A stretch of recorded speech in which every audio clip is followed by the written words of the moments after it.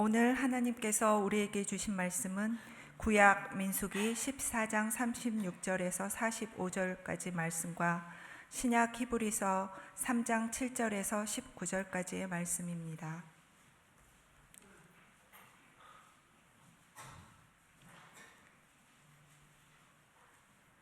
이제 봉독합니다. 하나님의 말씀을 경청하십시오.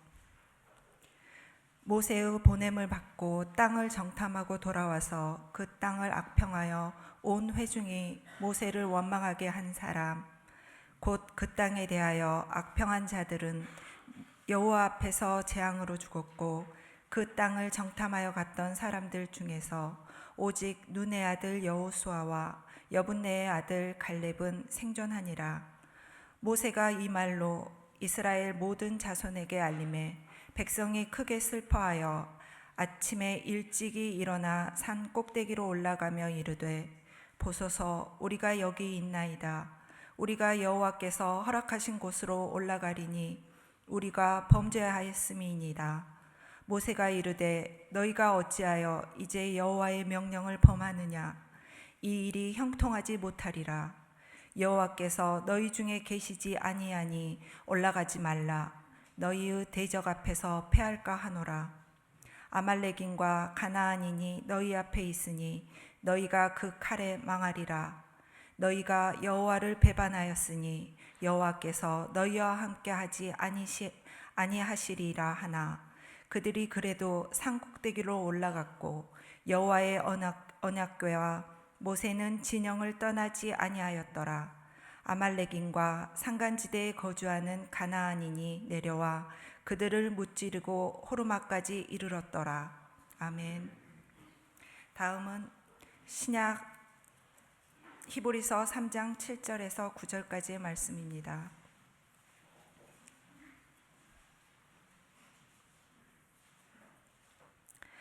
그러므로 성령이 이르신 바와 같이 오늘 너희가 그의 음성을 듣거든 광야에서 시험하던 날에 거역하던 것 같이 너희 마음을 완고하게 하지 말라.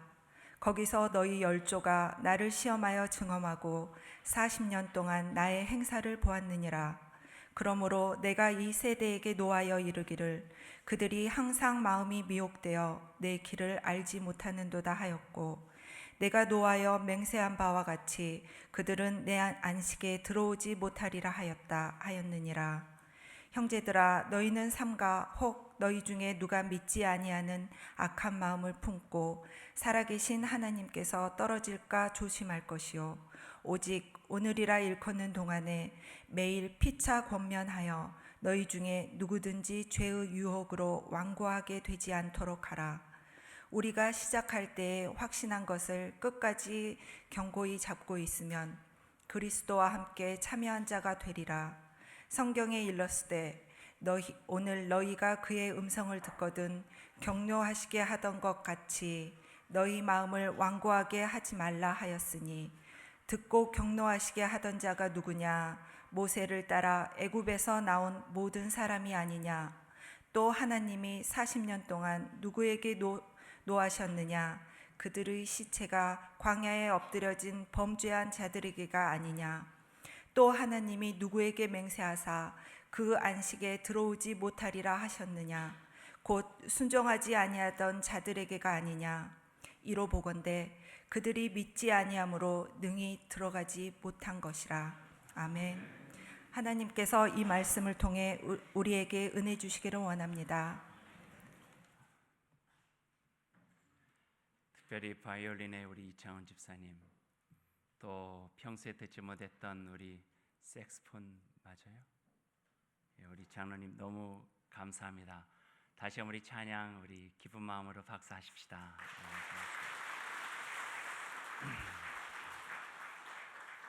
한 주간 잘 지내셨어요? 봄이 왔습니다. 따뜻한 마음으로 인사하고 같이 말씀 나누죠. 같이 인사하십시다. 샬롬. 옆에 계신 분하고도 인사하세요. 주의 사랑으로 사랑합니다. 고맙습니다. 우리 함께 기도하실까요? 사랑의 주 여호와 하나님, 감사합니다. 주님의 은혜가 큽니다. 주 하나님 지으신 그 세계 속에 저희들이 숨쉬며 살 수 있도록 도와주시고 하나님께 어떤 상황이 있든지 찬양하며 살아갈 수 있는 믿음을 하게 주셔서 감사합니다. 오늘도 주님께서 우리에게 허락해 주신 귀한 말씀 앞에 나아갑니다. 그 복된 말씀으로 인하여 우리 마음에 복을 가득 채우게 하시고 그 복으로 세상을 복되게 만드는 아름다운 하나님께서 우리에게 허락해 주신 귀한 사명 잘 감당해 갈 수 있도록 인도하여 주옵소서. 예수님의 이름으로 기도드립니다. 아멘.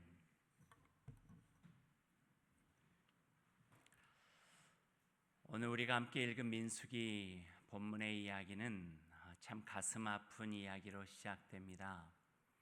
어쩜 민수기 전체에 극적인 대전환점을 마련한 그 내용이 민수기 13장과 14장인데요. 특별히 오늘 내용은 비극적인 이야기가 담겨져 있습니다. 36절의 말씀을 읽죠. 모세의 보냄을 받고 땅을 정탐하고 돌아와서 그 땅을 악평하여 온 회중이 모세를 원망하게 한 사람, 곧 그 땅에 대하여 악평한 자들은 여호와 앞에서 재앙으로 죽었고 그 땅을 정탐하러 갔던 사람들 중에서 오직 눈의 아들 여호수아와 여분의 아들 갈렙은 생존하니라. 이 비극적인 사건의 배경은 가나안 정탐입니다. 우리가 잘 알고 있는 이야기이지만 조금 우리가 요약해서 그 배경 이야기를 조금 같이 나눠보죠. 애굽에서 나온 지 한 2년 정도 되었을까요? 광야 2년 정도. 여호와 하나님 모세에게 이제 명해서 하나님께 약속하신 새로운 땅을 보여주고자 하셨습니다. 그래서 각 지파별로 한 사람씩 지휘관, 대표를 뽑았죠. 그래서 12명을 모집을 해서 그들에게 가나안 땅을 정탐하라고 보낸 것이에요. 그들은 가나안에 들어가서 성경에 보니까 40일 동안 머물러 정탐하였다 되어져 있고요. 가장 남쪽이었던 네게브 사막, 네게브 광야부터 시작해서 북쪽으로 쭉 가면서 헤브론과 그리고 에스겔 골짜기까지 샅샅이 살펴보았습니다. 40일이 그렇게 넉넉한 시간은 아니겠지만 하나님께서 우리에게 주시겠지 약속한 땅이니 얼마나 그 마음속에 기대감을 가지고 그곳을 보았을까요? 돌아올 때는요, 그 지역에서 난 포도, 실한 포도를 가지채 이렇게 어깨에다 메고 올 정도로 그 증거를 삼아가지고 이스라엘 백성으로 광야로 돌아왔죠. 아마 그들의 마음속에서는 약속의 땅에 대한 설렘, 새로운 땅에 대한 기대감도 있었지만 성경에 보니까 그것만 있었던 건 아니었던 것 같아요. 그들의 마음속에 두려움이 있었더라, 그렇게 이야기를 해요. 낯선 곳이잖아요. 그곳에서 보았던 것들이 그들의 마음에 또 다른 두려움을 주게 된 거예요. 오늘 성경을 쭉 그 이전을 보니까 정탐을 갔던 12명 중에 10명이 이스라엘 백성 앞에 와서 갔다 왔던 40일 동안의 정탐에 대해서 보고하고 있는 내용이 나와요. 근데 그 내용은요, 기대와 설렘보다는 불안함과 두려움과 좌절과 절망하게 만드는 부정적인 내용의 보고였어요. 한마디로 하면 이거예요. 결코 그 땅은 우리가 들어갈 땅이 아니었습니다 하는 거예요. 31절 말씀 제가 조금 편하게 읽어드리면 이런 내용이에요. 우리는 그 백성을 결코 치지 못할 것입니다. 그들은 우리가 상대할 수 없을 정도로 강했습니다. 우리가 40일 동안 두루다니며 정탐한 땅은 그 거주민을 삼켜버리는 땅이요, 거기서 본 모든 사람은 신장은 장대하였고 그곳에 네피림의 후손인 듯한 아낙 자손들, 그 거인들이 거주하는 것을 보니까 우리가 그들 앞에서 스스로 보기에도 메뚜기 같아 보였습니다. 그렇게 이야기를 하는 거예요. 메뚜기 같아 보였다. 자존감이 상실된 거죠. 여기에서 유래가 되었나요? 성경에서는 메뚜기 컴플렉스라는 게 있어요. 메뚜기 컴플렉스. 그것은 간단하게 설명하자면 이거예요. 어떤 일, 또 무슨 일을 시작하기도 전에 나는 안 돼. 그것은 할 수 없는 일이야. 내가 가진 게 뭐가 있다고. 봐봐, 그게 얼마나 어려워. 힘들잖아. 그것은 우리가 할 수 있는 일이 아니야 라고 단정 지으면서 스스로를 낮게 여기고 비하하는 마음이 메뚜기 컴플렉스라고 하는 거예요. 그 메뚜기 컴플렉스가 10명의 마음속에 가득 들게 되니까 그 땅은 우리의 땅이 아니에요. 왜 그곳에 가서 40일 동안이나 정탐하라고 했는지를 이해하지 못하는 거예요. 다녀오고 난 다음에 백성들에게 부정적인 보고를 하면서 원망과 불평만 늘어놓아요. 지금까지 광야 생활에서 우리가 고생했는데 우리에게 하나님께서 약속하신 그 땅을 가보니 우리가 전혀 들어갈 수가 없는 그런 땅이었다고 이야기를 하고 있는 것이죠. 10명의 보고가 끝났어요. 끝나자마자 백성들은 울고 불고 난리가 난 거예요. 6.25 때 난리는 난리도 아니네. 울다가 여기까지 이끌고 나온 모세와 아론을 원망하기 시작했어요. 여기서 이렇게 있다가는 안 되겠다 생각되었든지 백성들에게는요 어떤 마음이 들었냐면은 안 되겠다. 우리가 가야 될 땅 저기만 기대하고 왔는데 들어갈 수 없으니 돌아가자. 향 가나안적 삶, 미래 지향적인 삶, 아직은 이룬 것 없지만 새롭게 이루어지실 하나님의 약속에 대한 그 마음을 품고 전진해왔던 삶에서 막상 그것이 어렵다 느껴지게 되니까 이제는 어떡하지? 돌아가자. 향 가나안이 아니라 돌아갈 환자, 애굽의 삶으로 그 마음이 바뀌어져 버리고 만 거예요. 향 가나안의 지도자였던 모세와 아론을 원망하고 불평하기 시작하고 저들을 더 이상 지도자로 우리가 인정할 수 없다 생각되었던 그 백성들은 새로운 사람들을 그들의 지도자로 뽑아요. 그래서 그 사람들 통하여서 애굽으로 돌아갈 길들을 당신들이 마련하면 우리가 따라가겠습니다 라고 그 분란이 일어나게 된 거예요. 그 모습을 보고 있었던 두 사람이 있었죠. 여호수아와 갈렙. 함께 40일을 정탐하고 돌아온 두 사람은 전혀 다른 걸 보고 오게 된 거예요. 두 사람이 정신없이 애굽으로 돌아가는 일이 우리의 살 길이라 허둥대고 있는 이스라엘 백성들 앞에 섰어요. 그냥 서서 자신들에게 주목하지도 않으니까 성경에 보니까 옷을 찢으면서 큰 소리도 그들에게 간절하고 절실한 마음으로 호소하더라 이렇게 표현이 되어져 있어요. 그들이 옷을 찢으면서 큰 소리를 외치면서 무슨 이야기를 합니까? 그 절실한 말을 우리가 들어보면 14장 7절부터 있는데요. 우리가 두루 다니며 정탐한 땅은 심히 아름다운 땅이었습니다. 여호와께서 우리를 사랑하셔서 우리를 그 땅으로 인도하여 들이시고 그 땅을 우리에게 주실 것입니다. 미래죠. 주셨어요? 아니에요. 주실 것입니다. 우리가 가보니 그곳은 과연 젖과 꿀이 흐르는 땅, 똑같은 걸 보고 젖과 꿀이 흐른 땅을 똑같은 걸 봤는데 미래지향적이고 하나님의 약속을 가지니까 하나님께서 주실 땅으로 보았는데 반대의 10명은요 그 땅에 기골장대한 사람들이 있고 우리들이 그곳에 들어가서는 아주 메뚜기처럼 옴싹달싹도 못할 것 같으니까 그는 우리에게 주신 땅이 아니라 우리가 갈 수 없는 땅이 돼버리고 만 거죠. 계속 이야기는 돼요. 다만 그곳에 들어가려면 여호수아와 갈렙 이야기예요. 여호와를 거역하지는 말아야 하고 그러니까 하나님의 뜻을 그 마음에 받아들여야 되고 또 그 땅 백성을 두려워하지 말아야 합니다. 그들의 체격은 크지만 우리의 먹이밖에 되지 않습니다. 예전의 성경은 그들은 우리의 밥입니다 그렇게 이야기해요. 밥이다는 거예요. 그러니 여러분 이제 그들을 두려워하지 말고 우리 함께 그곳으로 올라갑시다. 두 사람이 절실한 마음을 가지고 옷을 찢으면서 큰 외침으로 그들에게 호소를 해내요. 제가 이 글을 읽어도 막 가슴이 뛰었어요. 맞아, 그거야. 하나님께서 우리 함께 하시면 그곳에 올라갈 수 있어. 가자. 막 그런 마음이 들 줄 알았어요. 근데 이스라엘 백성들의 마음속에 부정적인 마음이 얼마나 컸던지, 두려움이 얼마나 컸던지, 두 사람이 옷을 찢으며 호소하고 있음에도 불구하고 그게 귓등에도 들어오지 않았던 거예요. 어떻게 합니까? 헛소리하고 있다고. 웬 소리냐고. 열매하는 이야기 들어보지도 않았냐고. 그곳에서 우리가 어떻게 살 수 있겠냐고. 그것은 우리가 죽을 무덤과 같은 곳이라고 들고 일어나서 돌을 들어 여호수아 갈렙을 치려고 하는 거예요. 죽이겠다고 하는 거예요. 괜한 바람 넣지 마라. 그것은 하나님께서 우리에게 약속해 주신 것이 아니라 오히려 우리를 죽이고자 하는 것이다. 우리는 애굽으로 돌아갈 것이다. 그들을 그렇게 선동하고 있는 거죠. 그때 하나님께서 나타나세요. 성경에 보니까요, 여호와 하나님의 영광이 그들의 무리 중에 회막 가운데 나타나셨다. 그리고 여호수아와 갈렙 돌을 들어서 치려고 하는 그 순간을 개입하신 거예요. 그래서 두 사람을 보호해 주셨어요. 그리고 그 속에 회중들을 향하여서 모세를 통하여서 하신 말씀이 오늘 우리가 민수기를 통해서 읽은 비극적인 말씀이에요. 사람들 선동한 지휘관들, 원망과 불평 쏟아놓으면서 그 땅은 하나님께서 우리에게 주신 새 땅이 아니라 우리를 죽이려고 마련하신 땅이라고 원망했던 이들, 그들은 여기서 재앙을 받아 죽을 것이다. 그리고 죽었어요.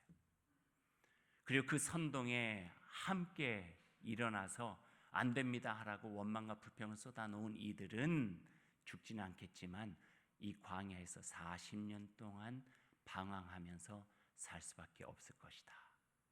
그리고 오늘 하나님께서 말씀해 주신데도 그들은 40년 동안 광야에서 방황할 수밖에 없었죠. 이제 배경의 이야기를 마치면서 이 이야기를 통해서 우리가 함께 마음에 새겨야 될 중요한 두 가지 이야기를 여러분과 나누고 싶어요. 이 두 가지 이야기는요, 하나의 의미가 있어요. 그 의미는 우리 신앙생활의 자세이고, 또 하나는 하나님께서 우리에게 허락해 주시고 이루고자 하시는 약속의 땅과 같은 풍성한 인생과 행복한 인생과 아름다운 열매 있는 귀한 인생을 우리가 어떻게 누릴 수 있을 것인가에 대한 방법과 지혜를 알려주시는 이야기예요. 첫 번째 이야기를 해볼까요? 10대 2. 무슨 의미인지 아시겠죠? 10명의 정탐꾼과 2명의 정탐꾼. 근데 이런 질문을 하게 돼요. 왜 똑같은 것을 보았는데 왜 달랐을까 하는 거예요. 왜 똑같은 것을 똑같은 날짜에 보았는데 왜 그들은 그렇게 다르게 보았고, 한쪽은 원망과 절망을, 또 한쪽은 열정과 희망을 갖게 되었을까 하는 거예요. 그들을 생각해 보면은요, 출애굽한 이후에 하나님께서 능력으로 10가지 재앙을 통하여서 그들을 해방시켜 준 것도 동일하게 경험했죠. 구름 기둥과 불 기둥의 인도도 경험했어요. 동일하게. 홍해를 마른 땅같이 건넌 경험도 동일했고요. 광야의 만나를 먹고 반석에서 나오는 맑은 샘물을 먹었던 것도 동일해요.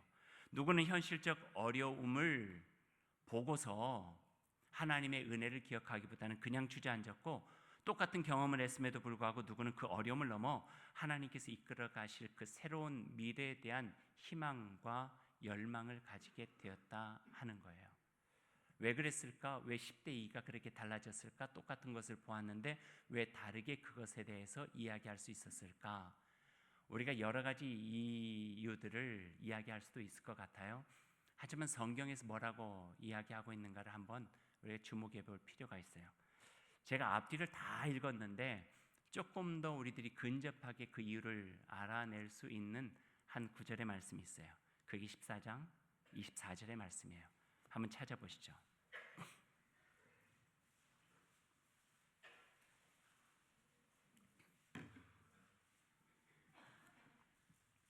14장 24절 말씀 우리 한 목소리를 같이 읽어볼까요? 그러나 내 종 갈렙은 그 마음이 그들과 달라서 나를 온전히 따랐은즉 그가 갔던 땅에서 내가 그를 인도하여 드리리니 그의 자손이 그 땅을 차지하리라.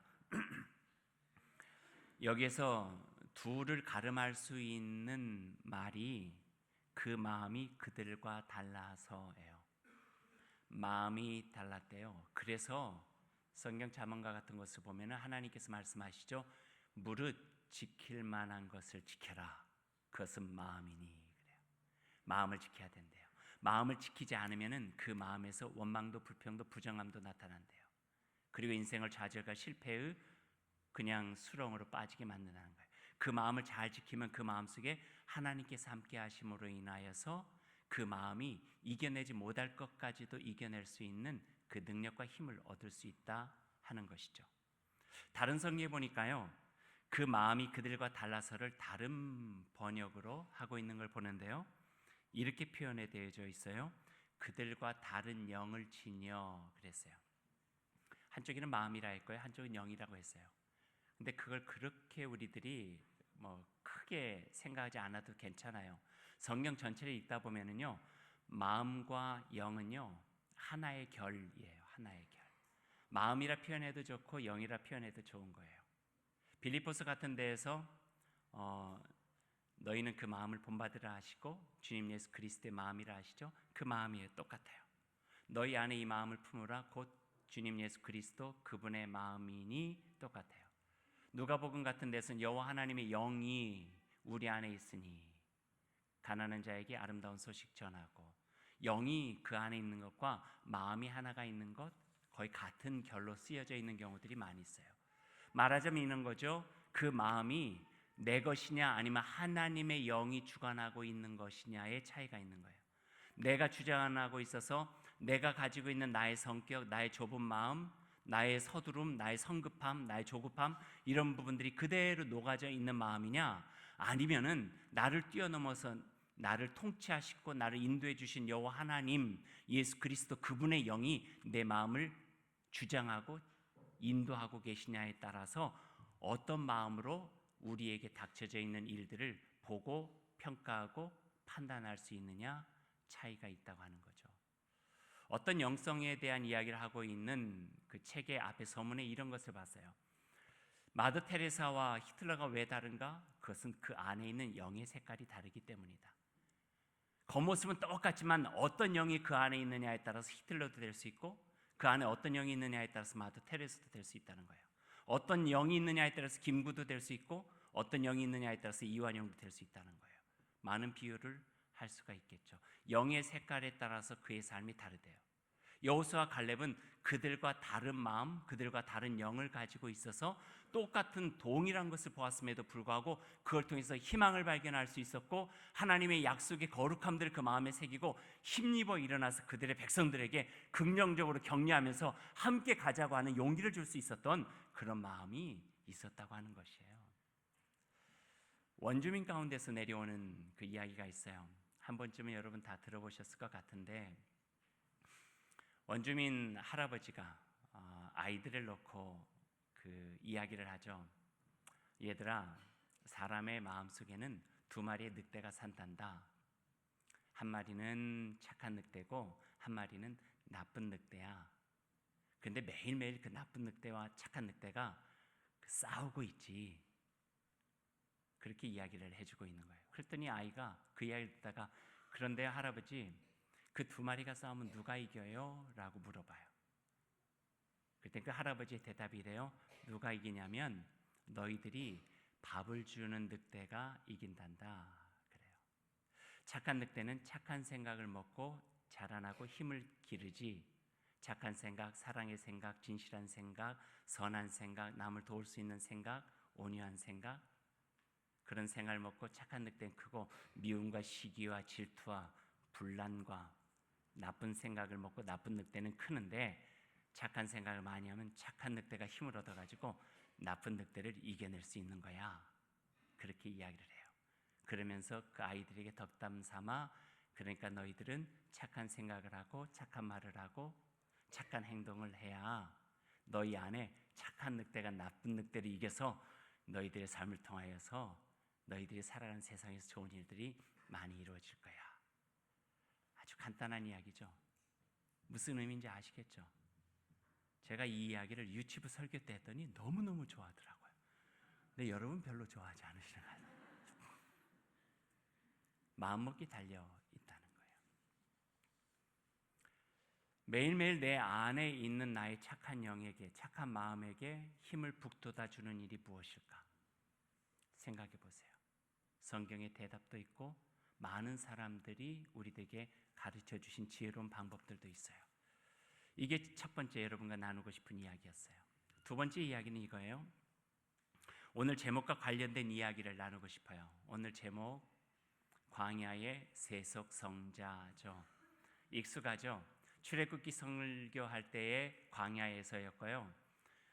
레위기 설교할 때 세속성자였어요. 그러니까 출애굽기와 레위기를 합쳐서 광야의 세속성자를 만들었고, 어쩌면 오늘 민수기가 그 광야에서 이루어진 사건이기 때문에 그런 제목을 제가 붙여보았던 거예요. 광야 어떤 거예요? 출애굽기 할 때 이야기 좀 했지만 힘든 곳이에요. 어려운 곳이에요. 거칠고 황량한 곳이에요. 오아시스가 있어서 순간순간 우리의 목마름을 축이면서 살아갈 수 있기도 하지만, 광야는 척박한 곳임이 틀림이 없어요. 그런데 많은 사람들이 민수기에서도 그렇고 그 광야를 우리의 인생과 함께 비교하는 경우들이 있어요. 인생은 광야와 같다. 인생길은 광야의 길을 걷는 것과 같다. 그렇게 이야기를 해요. 그리고 어린아이들은 모르지만 조금 인생을 산 분들은 맞아 하고 고개를 끄덕일 수밖에 없죠. 제가 이스라엘 성지 답사를 갔을 때요, 갈릴리를 먼저 갔어요. 갈릴리 갔더니까요, 진짜 살만해요. 계절로 표현한 봄과 가을 같아요. 푸르르고요, 막 나무도 멋있고요, 물도 맑고요. 아, 여기라면 참 살만하겠다 생각이 됐어요. 근데 점점점 여정이 밑으로 내려가면서 네겝 광야나 그쪽으로 갔더니요, 아, 거기는요 살만한 데가 못 돼요. 거기서 1박 2일 정도 우리가 광야 체험을 했었거든요. 버스가 가다가 숙소가 여기 있는데 숙소 베두인 숙소였어요. 아주 그 지내기가 어려운 거. 근데 1시간 전쯤에다가 저희를 내려주었어요. 그리고 거기를 그 광야길을 한번 걸어보라는 거예요. 햇빛 한 줌도 없고 쉽지 않더라고요.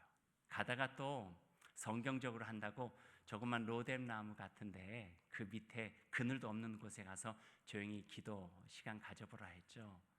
쉽지 않았어요.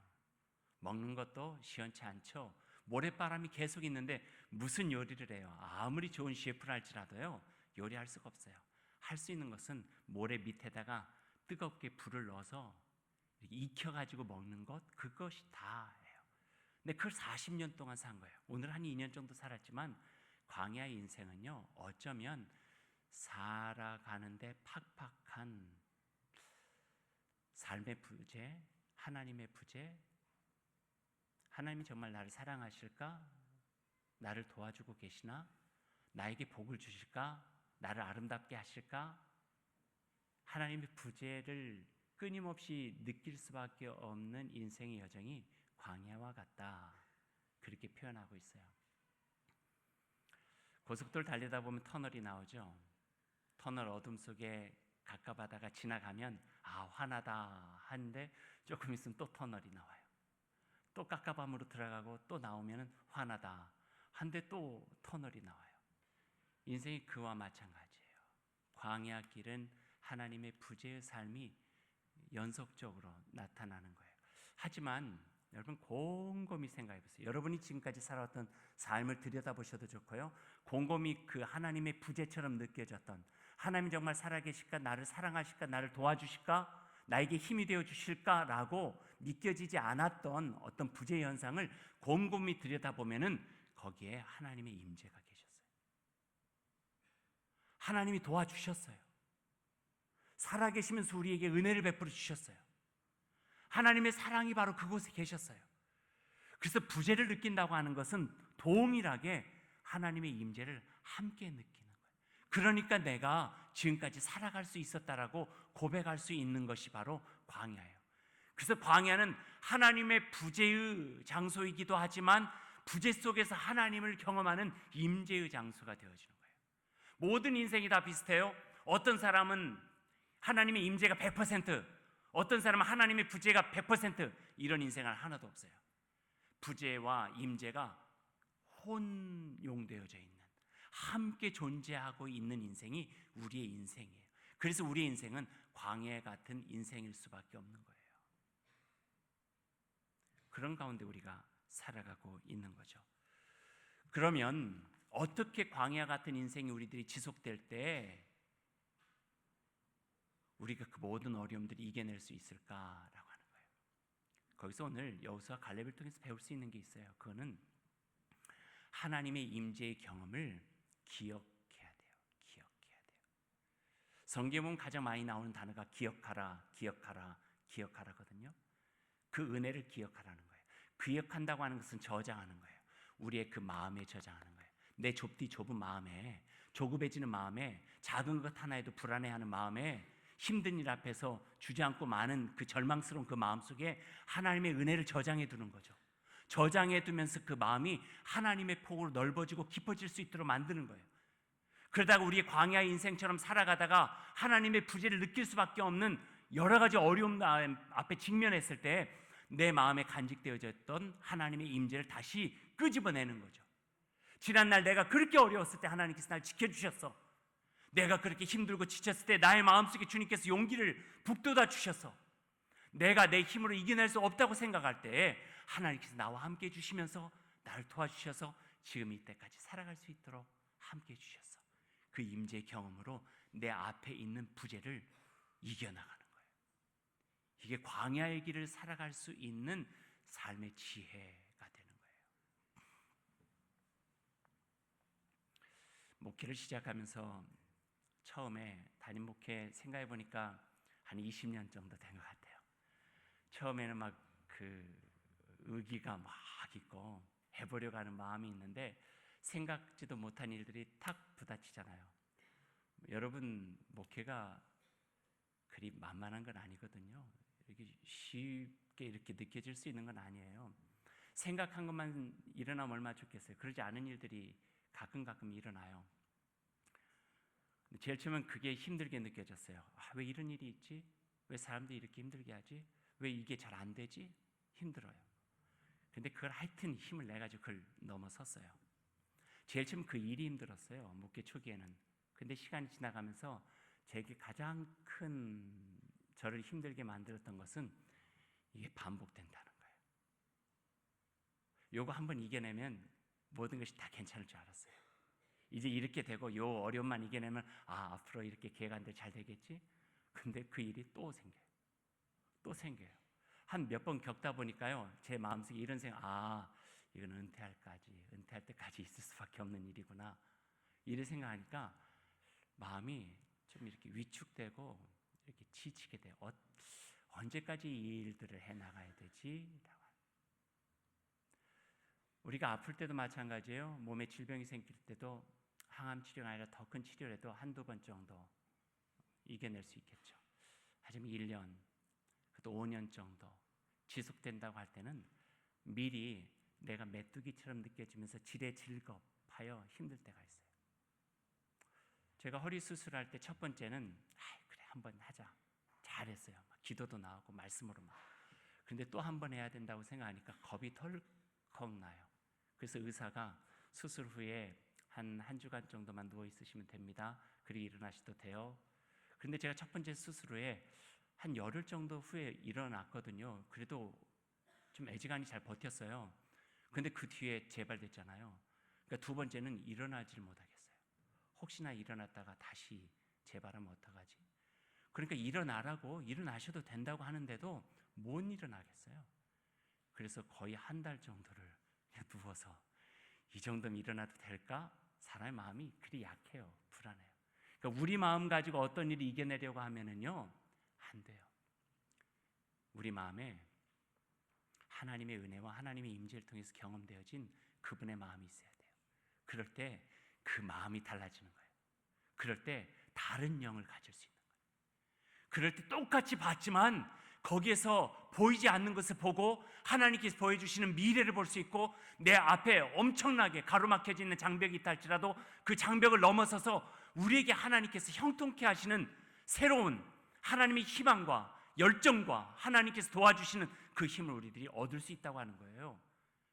그게 신앙생활이에요. 그게 하나님의 부재가 느껴지는 나의 삶 속에서도 나와 함께 임재해 주신 여호와 하나님의 은혜를 어찌하든지 간에 내 마음속에 저장하고 나의 신앙의 뿌리 속에다 담그고, 그걸 통해 가지고 내 어려움을 한 번 이겨내고 두 번 이겨내고 세 번 이겨내면서 내 삶이 하나님 안에서 담금질 되어 주님의 영원하신 나라에 함께 참여하는 구원의 기쁨을 누리는 거죠. 이게 신앙이에요. 한번 기도했더니 하나님께서 들어주셨도다? 안 들어주면 어떡할 거예요? 그런 일들이 훨씬 더 많은데요. 광야 같은 인생 속에서 내 맘대로 되지 않는다 할지라도, 내가 생각하지 않은 일이 일어난다 할지라도, 느닷없는 일 속에서도 내 안에 하나님께서 함께 하시면 내 힘이 아니라 그분의 힘으로 함께 이겨갈 수 있다. 하나님의 임재적 경험을 통해서 살아나가는 고백들, 삶들, 이게 우리를 지켜주는 거고, 이게 우리를 신앙으로 가다듬어 주는 거고, 이게 마지막 우리가 병들어 지쳐가지고 숨만 겨우 쉬고 있는 그때까지도 주 여호와 하나님을 바라보면서 그 귀한 마음을 가지고 추하게 살지 않고 품위 있게 하나님의 백성답게 마무리할 수 있는 인생의 온전한 비결이 될 수 있다고 하는 거예요. 이게 신앙이에요. 예수 믿으면 잘 산다고요? 그냥 겉으로 듣지 마세요. 진정 잘 사는 것은 우리의 인생을 아름답게 완성해 가는 거예요. 그 길은 오직 예수 그리스도에게 있어요. 오직 예수 그리스도 그 안에서 십자가의 은혜 속에서 죽음도 넘으신 그분의 힘으로 내 마음 드리고 그분의 임재가 나의 부재의 상황 속에 거하시면서 온전하게 살아갈 수 있도록 돕는 그 힘을 가지고 살 때 우리는 광야 같은 인생이지만 세속 성자로 하나님의 거룩함을 입은 그분의 백성으로 살아갈 수 있을 줄로 믿습니다. 그러한 아름다운 선물이 저와 여러분에게 주어져서 광야 같은 삶의 세속 성자다운 기쁨으로 주님의 영원한 나라에 함께 참여하고 새로운 약속의 땅의 주인공이 될 수 있는 그 복이 우리 안에 있기를 간절히 소망합니다. 기도하십시다.